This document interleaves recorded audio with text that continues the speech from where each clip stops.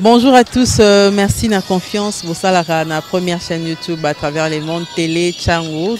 Dans un essai mingi, à Nabino, entretien et à l'élo, tu es un pour Nabino. Martin n'a pas perdu les élections, il a gagné les élections. Boye bisa bango bati kapeli seki.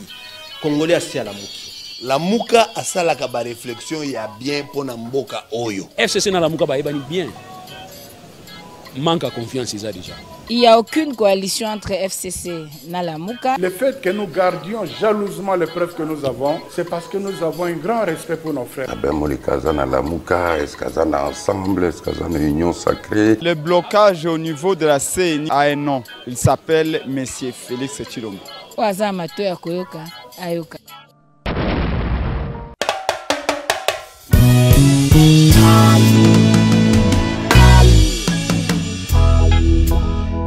Bandeko bakufi bandeko yo ma mémoire na bango na place oyo tolobike comme place Jeune Coste milimo na bango ekopema na kimia te soki biso toyebi kokanga viva makasi te. Congolais viva viva eyokani te bandeko na ngasengeli na biso kokanga mpona kolakisa solidarité na biso ematanga n'est-ce pas tous se manifester bandeko na ngai. Congolais viva viva Congolais viva viva Congolais viva viva viva viva pona Congo viva suka tokokanga pona pona osangani ya pona nini toya pona nini ekolo be drapeau be peuple be peuple be kaka peuple moko. Congolais viva viva Congolais viva viva Congolais viva pona Congo tozawa pona Congo Mumba Kimbangu Malula pe bandeko basusu bakufa batikela biso ekolo oyo Luc Nkulula Rossi Mukendi bakofi pona ekolo oyo tokotika ata eteni moko ya ekolo na biso ekende te yango wana tosangani awa pona kolela na place Jeune Coste parce que bato wana bazokota na linie ya bavictime pona kimia na est pona kimia na parti oyo banguna balingi bazwa na ekolo ya biso tosangani awa mpona kosenga justice boyete boyete tosangani mpona nini toyoki te tosangani mpona nini ezoyokana te bozobanga bandeko neti bozali awa te soki bozali awa esengeli na biso tozongisaka. eza une façon ya kolakisa na bandeko bakufi na bandeko baza vivant ke toza elongo na bandeko ya est toya mpona matanga mais également esengeli tolakisa ke toye vraiment mpona matanga toya mpona justice bandeko bakufi bandeko bakufaka toyokaka oyo babandaki enquête oyo babandaki boye eyabutisaka nango kaka te mais lelo toye pour nous faire passer le message que ça suffit. Bandeko, bakufi ebele. Ndeko Palmer ototanga, bandeko Rossi, bandeko Thérèse, bandeko Luc, bakufa. Est-ce que l'histoire n'est pas aussi la tête? Est-ce que tu as dit que l'histoire est la tête? Parce que l'histoire, ce qui n'a pas eu, de s'investir réellement. Toye côté le macaque pas maté, mais c'est nous tous se manifester. Tant que les Congolais vivent, je dis ça viva. Tant que les pour la justice, je dis ça justice. Et qu'on a sa participation là haut. Namoni deko ibate kabuna gana gana gana toko kabisa buna gana mutuwe kanisa uchuwe tokolala toko kanisa uchuwe tokolala tokolala tokokanisa goma tokolala tokokanisa goma bakufi mpona ekolo bakufi te ekoluka mosolo mpona bana na bango na basi na bango bakufi koboma koviole dedese yango babimaki mpona koyebisa bango banda boyawa kimia eza te eloko moko kende likolo nyonso balembi yango balobi comme yo MONUSCO ozali awa comme Etienne de la paix kimia eza te tosengi yo na boboto mpe na bondeko longwa okati ekolo ya biso kende na yo papa kende MONUSCO kende na yo yango wana babomi bango babeti bango masasi pasia tokolela bango mais bitumba na bango mai oyo bango bakufeli ekende pamba jamais ekende pamba jamais lelo tokozwa ndingisa to mokano na lingala tokokontinue komba na bango tokokontinue yango parce que solution tolingi kimia yango wana tokobenga ndeko Emmanuel Mambukuta oyo aza na liste ya baye bakomata mpona kozwa parole na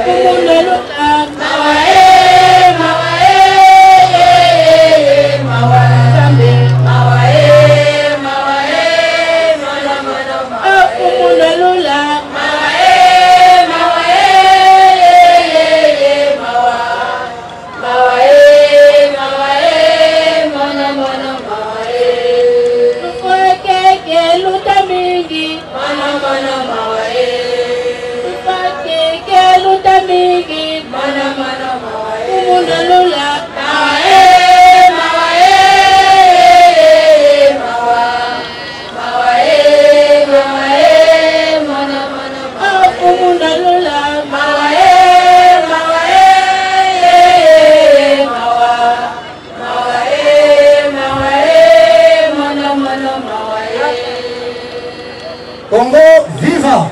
Viva! Ma maman, il y a CLC, viva! Viva! Ma représentant, il y a un mouvement citoyen ici présent, viva! Viva! Ma maman, il y a CLC, Baléli, Bandeko na bango, Oyo basoda, Yambo Kanabiso, Basili Koboma, sans raison. Basimini na motema.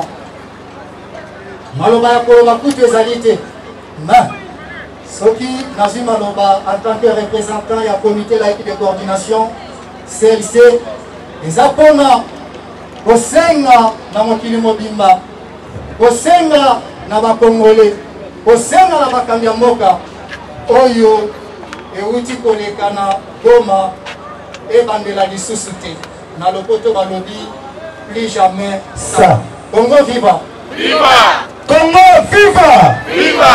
Congo viva! Viva! Congo viva! Viva! Viva! Viva! Voilà Congo!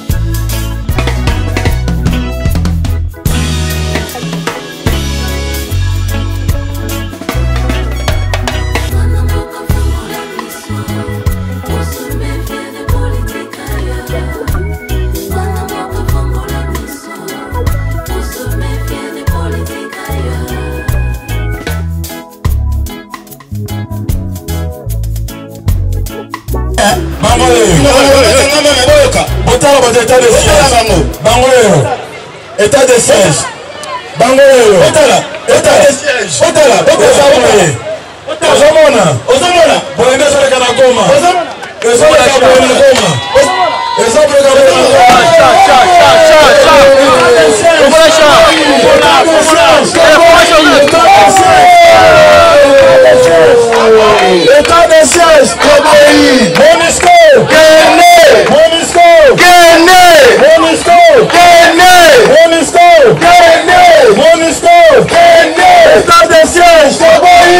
de siège.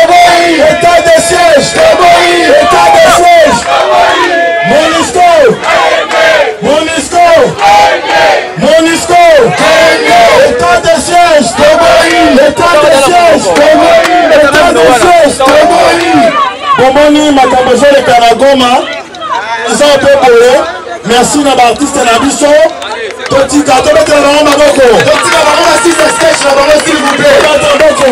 Totika bango basisa sketch ezali nani. Regardez cercle. Tobeta na bango. Totika na bango. Totika na bango esika basala sketch na bango tina suka. Message fort. Toboyi état de siège. Nicolelo, dans quel état de siège? Batou Bakoufi et Belé, qu'on les 14 états de siège, et ça va activer. Monisco, Ayaki, pour la couture, Kimia. Ayakala, Kimia Pé, et Yazate. Passalini, Passalini, Akende. Merci Mingi la Baptiste. Battez les mains.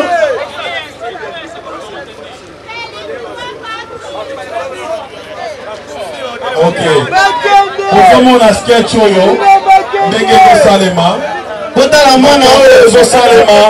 Orphelin nyonso baza reste. Azoko représenter ba orphelin nyonso. Totika vide reste. Totika bango basala. Botala orpheline oyo. Aïe. Nde batikalaka na este kaka boye. Kaka boye. Babomi papa. Babomi mama. Babomi yaya na bakoko. Bana batikalaka boye. Batikalaka boye. Sketch oyo ezola c'est un message symbolique mayelekaka na este na ruturo eza kaka boye bato bazoko marché pacifiquement eza kaka boye na Beni eza kaka boye bazoboma bato lokola baboudin na Goma ezalaki mpe boye état de siège esaki eloko te bolongola état de siège botala ezalaki armée à Senga, pardon. Armée à Senga, pardon. Par responsable, Est, Bazala, déféré devant la justice militaire. Tolingi mascarate, Barosa la Kula la Goma. Bakani Bilengi Abatupamba. Bacommanditaire. On a besoin qu'il rentre. Pas pour la population. Pas généraux, Wana. Pas généraux. Pas militaires. Pas responsables politiques. Pas ça, la Kinshasa. Soda à Jacobe mitindo nani apesaki mitindo batire na Goma asa nani combat général wana nani ezali pasi komona ete minuki oyo esomamaka na baimpo na bataxi na biso lelo Ebaluka, Ebandako Mabiso, le Bezaki ba M23, le Bezaki ba ADF, le Bezaki ba troupes étrangers, nos propres militaires, Bandako Mabiso.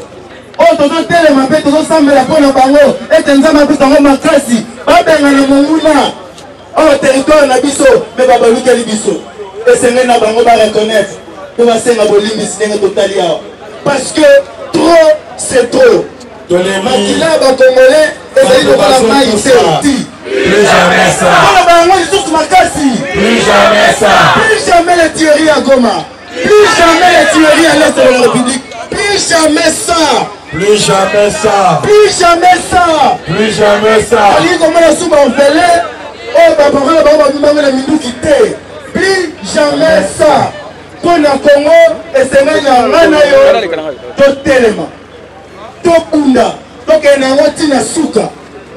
Pour le Congo telema. Pour le Congo bunda. Pour le Congo et c'est même yo. On s'engager pour que pareille situation. Et elle suscité, ça fait mal. Et elle suscité, ça fait mal.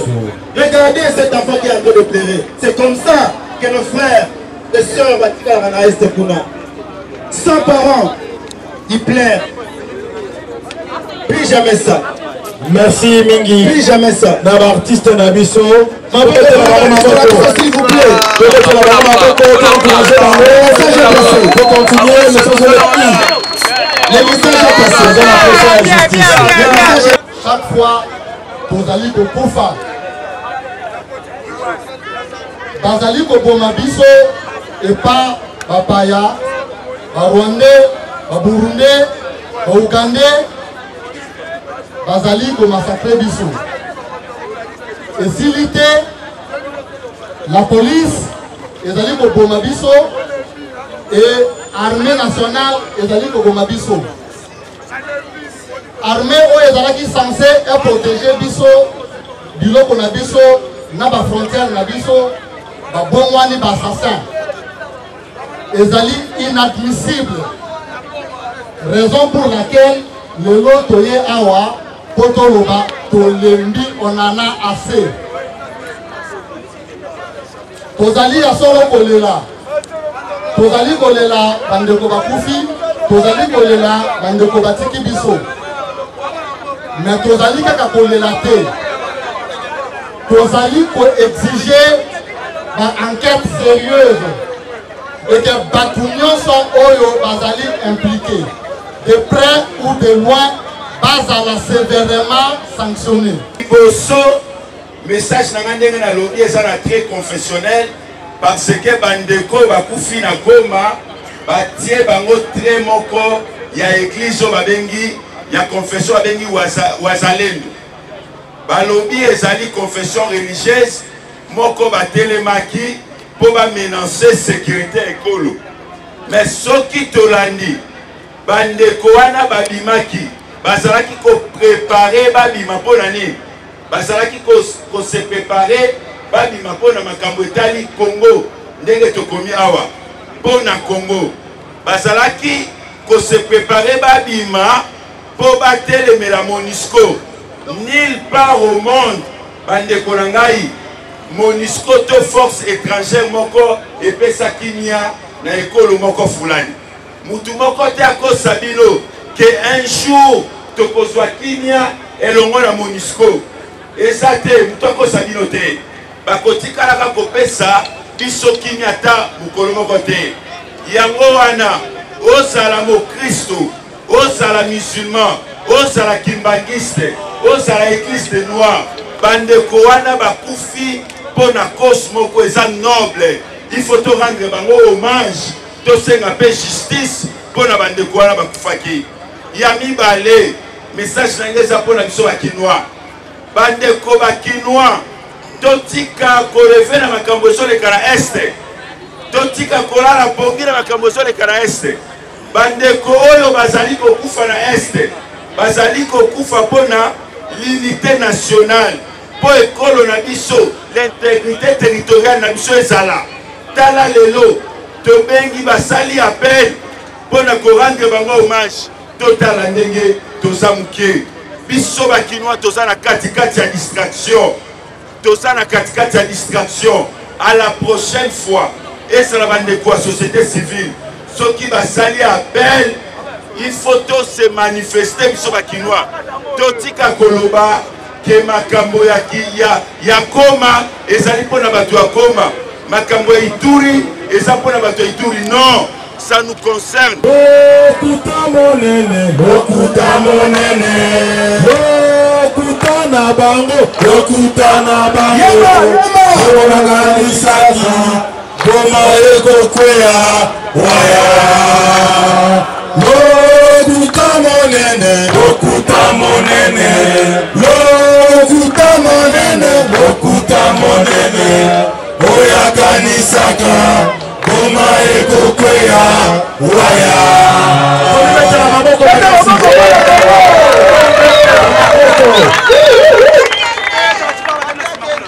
Tokobenga parce que mbonga na biso yango tozo continuer na maboko na biso obayaka.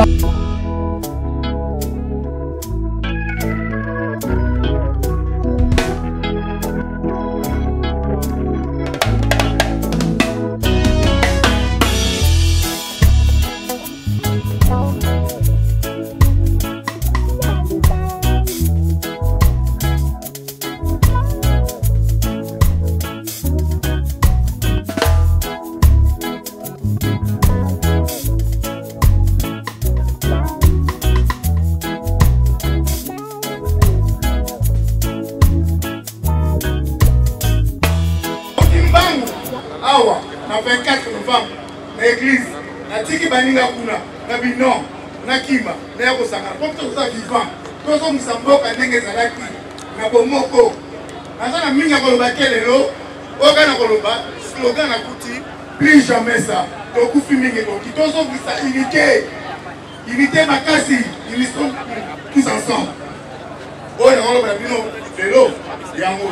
Alors cette activité c'est en mémoire des patriotes qui sont tombés à Goma le 30. Alors le message que nous avons aujourd'hui c'est que les taxes que nous payons, les taxes qui nous aident à payer nos armes, alors ces armes ne peuvent pas être utilisées pour tuer les Congolais qui nous sommes. Aujourd'hui, nous venons envoyer ce message au gouvernement congolais, à tous ces militaires, ces pharmaciens, ces gardes républicains, pour leur dire qu'ils ne peuvent pas tirer sur un citoyen qui manifeste pacifiquement sans armes. Il n'a pas de force proportionnelle à la force que cette armée utilise. Leur droit, leur devoir, c'est protéger cette population qui manifeste. C'est encadrer cette population.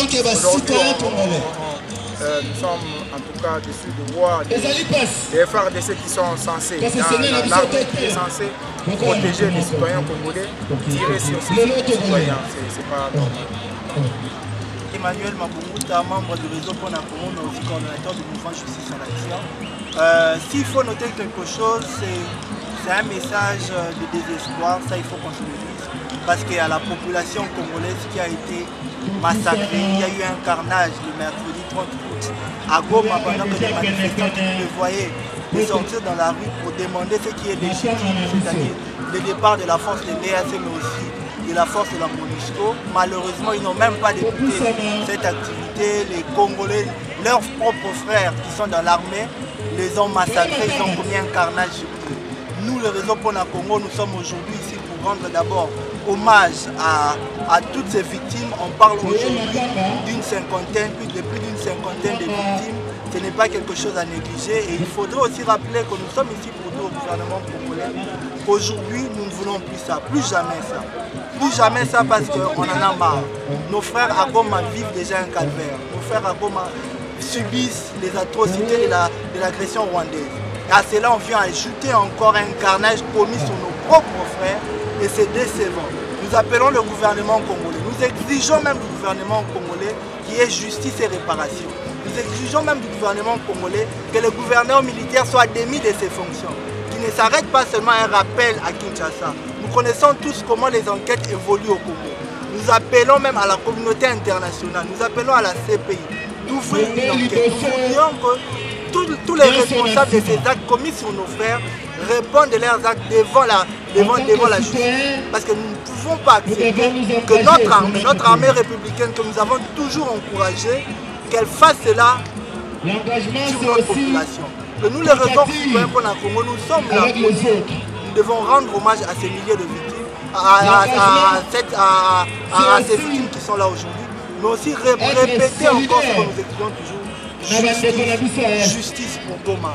Ce sont des vies qui ont été fauchées, il faut une justice. Ce sont des vies qui ont perdu, par exemple, un membre, il y a quelqu'un qui a perdu sa jambe, il y a quelqu'un qui a perdu peut-être son bras et qu'il faudrait réparer. Et si l'État congolais n'arrive pas à réparer, si l'État congolais n'arrive pas à répondre à nos revendications, nous, peuple congolais, nous les réseaux citoyens pour la Congo, nous serons toujours là de manière pacifique pour réclamer nos droits, pour revendiquer ce qui nous est dû. Voilà pourquoi nous lançons un vibrant appel au gouvernement congolais. Votre population crie, votre population a subi un carnage. Donnez à cette population une réponse adéquate. Nous ne voulons pas de ces jeux-là que vous faites devant la télé. Nous ne voulons pas de ces jeux-là où vous envoyez une mission juste pour quelques heures ou encore pour quelques jours. Nous voulons que les responsabilités soient établies et que le gouvernement aussi répare. Parce qu'il y a une responsabilité du gouvernement par le droit, ce qu'on dit, la responsabilité du commettant sur ces préposés. C'est l'armée qui a saccagé, c'est l'armée qui est allée dans cette église et ils doivent réparer.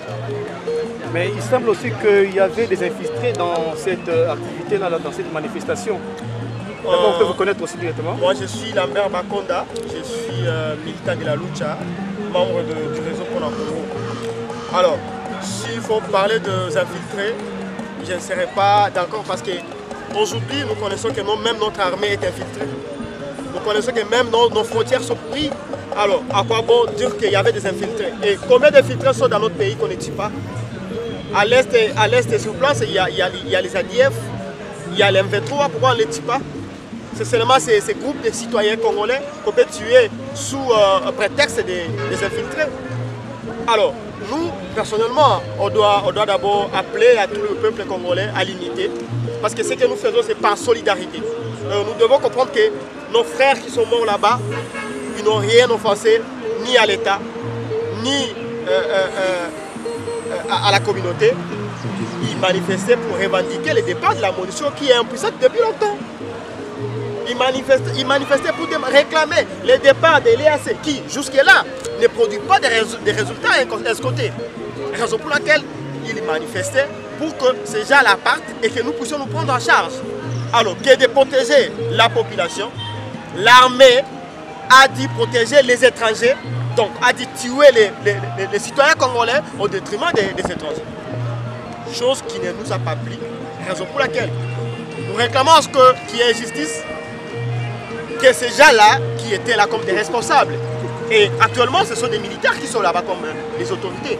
Et ces gens-là doivent répondre, n'est-ce pas, à leurs actes qu'ils ont commis là. Et aujourd'hui, on apprend même qu'il est ici à Kinshasa, il est en train de prendre langue avec certaines personnes en disant qu'il est malade. Cette maladie-là doit finir. Il est malade. On apprend que... Vous avez des informations sûres? On apprendrait qu'il a dit qu'il est malade. Il doit être évacué à l'étranger pour des raisons de soins de santé. Pendant qu'il était toujours là-bas, il travaillait là-bas, il faisait cet argent là-bas.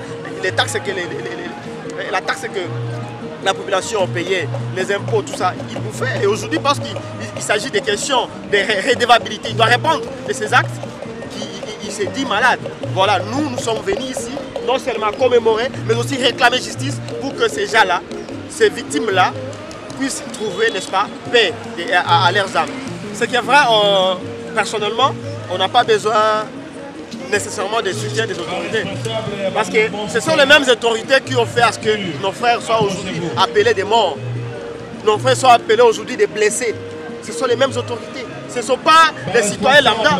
Ce sont les gens que l'État a confié une responsabilité qui est de protéger, de protéger la population, et c'est bien. Malheureusement, aujourd'hui, ces mêmes autorités n'ont pas pu protéger ces mêmes populations qui contribuent, ces mêmes populations qui coopèrent avec l'armée. La même population, vous avez vu ici combien de fois on a manifesté pour soutenir les FARDC, Combien de fois on a manifesté pour soutenir, n'est-ce pas, le FARDC. À l'Est, on a contribué des choses, des biens matériels et financiers pour aller déposer à ces vaillants-là qui sont au front. Malheureusement, aujourd'hui, on va utiliser la même armée contre nous, les citoyens. Ce qui n'est pas bon. N'est-ce pas, oui. Alors, le gouvernement rappelle un gouverneur. Il le rappelle, d'accord? Donc, ça veut dire bien qu'il ne le limoge pas. Et qui est-ce qui place à la place? Une personne qui est un criminel de guerre, une personne qui a un passé criminel au Nord Kivu, qui a été impliquée dans toutes les milices extrêmement proches de personnes qui ont été condamnées, des Rwandais qui ont été condamnés ici dans ce pays. Est-ce que vous imaginez un petit peu? À un moment donné, c'est ce que je viens de dire dans cette interview précédente. Vous ne pouvez pas faire preuve de cohérence en fonctionnant comme ça. Comment est-ce que vous voulez combattre toute cette criminalité? Comment est-ce que vous voulez combattre la guerre que nous vivons, les conflits, si vous nommez des personnes qui ont du sang sur les mains? Il faut avoir un petit peu de responsabilité. Autre chose, est-ce que vous vous rendez compte que des militaires congolais, nos militaires qui sont censés nous défendre, ont tué plus de 50 personnes? Des personnes qui n'ont même pas eu le temps de sortir pour faire cette manifestation. Ça, je tiens à le dire, parce que ce mensonge-là, ce mensonge dans les communications du gouvernement qui consiste à dire que vous avez réprimé une manifestation violente. Wapi, la manifestation n'a jamais commencé. Les gens n'ont pas pu sortir, ils se sont ralliés dans leur église. On est arrivé sur eux, on leur a tiré dessus. Il y en a qui s'enfuyaient, on leur a tiré dessus à bout portant. Même des personnes qui ne comptaient pas se rendre à la manifestation après ça ont été pourchassées dans les rues. Vous imaginez des personnes qui n'avaient absolument rien à voir avec la manifestation qui devait se faire. Ces personnes-là ont été persécutées. Vous estimez que les décisions qui ont été prises par le gouvernement sont des décisions courageuses? Je vous rappelle qu'ici on a affaire à un massacre d'État. Et il faut nommer un chat un chat. C'est un massacre d'État. Les autorités de l'état de siège du Nord Kivu ont donné des ordres. Et ces ordres se sont résultés par la mort de plus de 50 de nos concitoyens non armés. On fait passer les Wazalendo pour des personnes qui seraient dans une espèce de secte dangereuse, des drogués, des fous. C'est très irrespectueux. À un moment donné, il faut arrêter. Ce n'est pas une secte, c'est un courant religieux. Parce que si on veut commencer à parler de secte, alors l'église catholique, c'est une immense secte aussi. L'église protestante, c'est une immense secte aussi. À un moment donné, il faut avoir du respect pour les gens, même si ça diffère un peu de la pensée religieuse générale.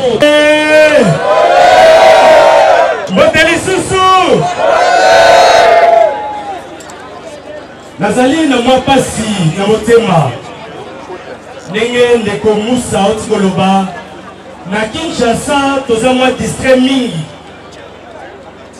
boyebi de plus en plus parce que vous savez sont de Congo et que ça va balkaniser. Est-ce que Bolingi Congo est balkanisé? Jamais. Est-ce que Bolingi Congo est Kabwana? Jamais. Mais ceux qui tozali Kidiba, ceux qui te continuent à cause de l'indifférent, ils ont risqué de perdre mon cannabiso. Je me souviens, quand on a Zanaki étudiant, na UPEN, et Zanaki, ceux qui sont na Goma, ils sont étudiants à Kinshasa, Totomoki, puis solution est Monani, Nakala, et Zanaki, ceux qui sont na Kisangani, ils sont étudiants à Kinshasa, Totomoki, solution est Monani. Lelo, étudiants à Zaliwapi. Lelo, jeune tozali wapi mboka na biso ezali kokende na miso na biso. Est-ce que c'est normal? nakotuna bino question moko, nani mokonzi ya bapolisier? Nani mokonzi ya bapolisier? Nani te Chilombo te? Nani mokonzi ya bapolisier? Nani mokonzi ya bapolisier? Nani mokonzi wa militaire? Nani asombelaka ba militaire élu? Nani asombelaka ba policier munduki? Nani asombelaka ba militaire champ de combat? Boni boni minuki oyo peuple azosomba ekomi kobalukela ye. Est-ce que c'est normal? Est-ce que c'est normal? Yango na kosenga na biso to ba biso nyonso. Plus jamais ça. Plus jamais ça. Plus jamais ça! Plus jamais ça! Bandekonangai, ezali inacceptable, anormal, dans un pays qui se dit démocratique, omona basoldat na biso moko bakoma koboma biso yango tosengi boye il faut une réforme esalama na armée congolaise armée oyo tozala yango ezali armée ya soni même police oyo tozala yango lelo oyo ezali police moko malheureusement ezosala mosala moko ya malamu te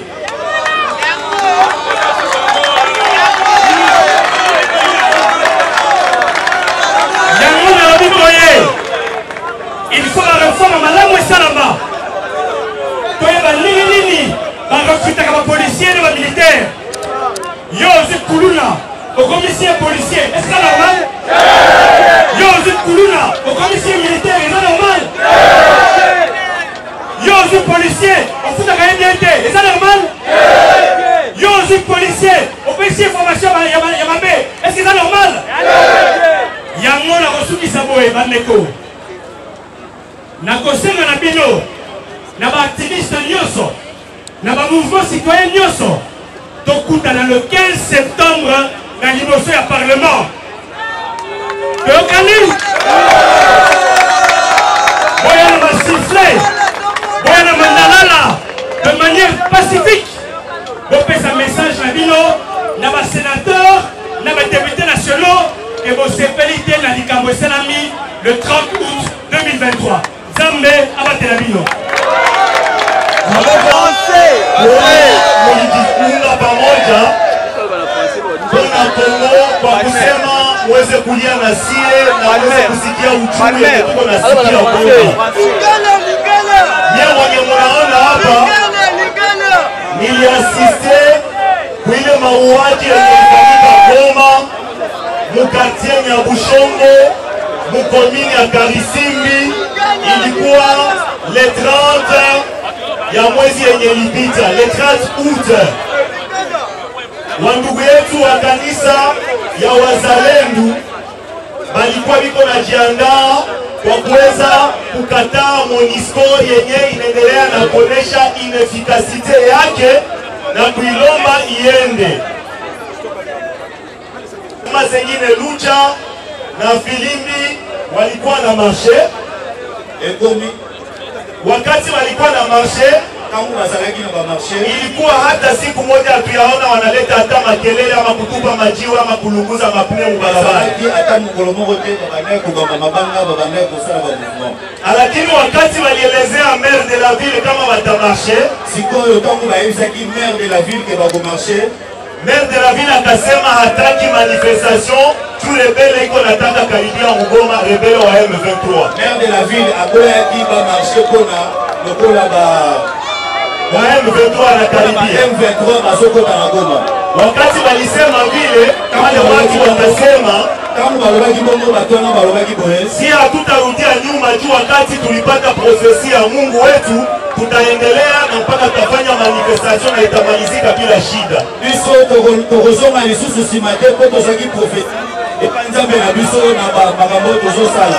Alors wale watu wanakwata na radio yabo yenye wanaitaka uwezo la neno. Alors batu wana bazalaka na radio na bako eza na kombo ya uwezo wa neno. Donc la force de l'évangile. Makasi ya makambu. Alors ile radio yabo wanaitumikishaka kila mara kuweza kualika raia waende kumanifester juu ya kukatala mambo yenyewe haiendeke mumugini. Alors radio na bangwana basale la kayango kona kokende kosalela invitation na bangwana mobilisation. Alors apale pale kuradio kulikuwaka dada mwani journaliste mwenye mie nilisaidia kuforme wakati mingi sana Mugoma. Pale kuile radio kulikuwa dada mwenye nilikuwa na forme kuweza kufanya journalisme. Yeto malikuwa kuantene ile usiku ya veille ya manifestation. Alors na radio wana kozana konti omoko na ibana ginaye alikuwa kuradio kuna mobilize batu ni kesho waende manifester. Azalaki na radio kuna kumobilize batu kondo bibakende ko manifester. Alikuwa na bainvite bake 5 njo walikuwa 6 ku radio ile usiku. Azalaki na 5 invité bazalaki joana na butu.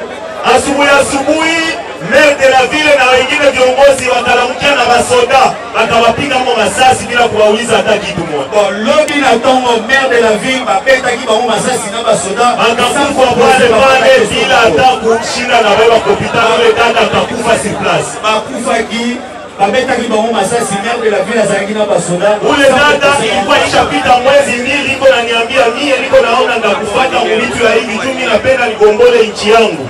30 wana ayebisaki ngai ete un mois passé ke ngai namoni lokola na kokufa na makambo oyo ngai nazosala.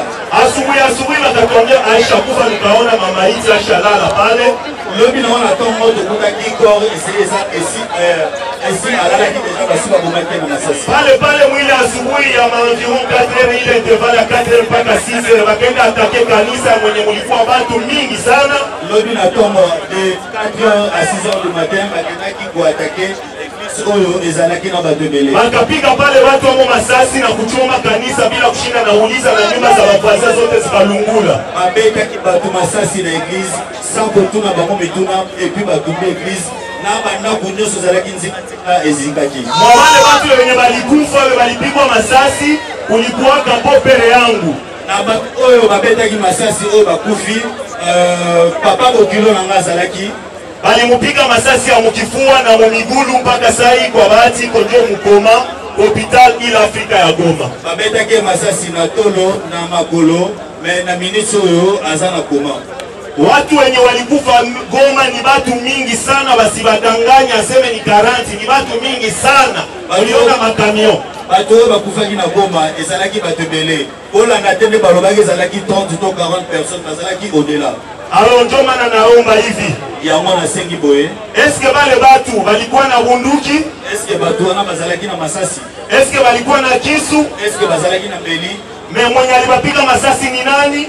Mero abetaki bango masasi zalaki nani? Mimi nawahakikishia wote mwenye alienda manifeste alikuwa Kongolia, hakukuwa hata Mnyarwanda hata umoja. Ezo yebisa bino boye batu oyo nyonso bakendaki ku manifeste ezalaki ba Congolais, Rwandais moko te azalaki na kati. Alors mimi nasema hivi. Alors ngana lobi boye. Inawezekana sheria iweze kufanyika ili na si leo ama kesho tuweze kurespire amani Goma na Loki. Ekoki kosalema to ezali possible sheria ifanyike, la justice.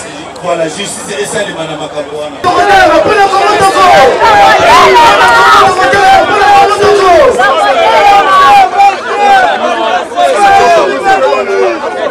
Monsieur Palmer, Monsieur Palmer, Monsieur Palmer, comment t'as dit? Monsieur Palmer, comment t'as dit? La lumière. La lumière. C'est bon. Ozoyo kangai, ozali na mawa na kanda pona bandeko bazui pouvoir ya moyibi na moyibi wana baforme ba milice babengi bango JR, garde républicaine. À chaque fois nous allons constater la manifestation pour na kobongisa mboka bango bazali kotinda ba milice wana même ba wana kisasa bozali komona yango mais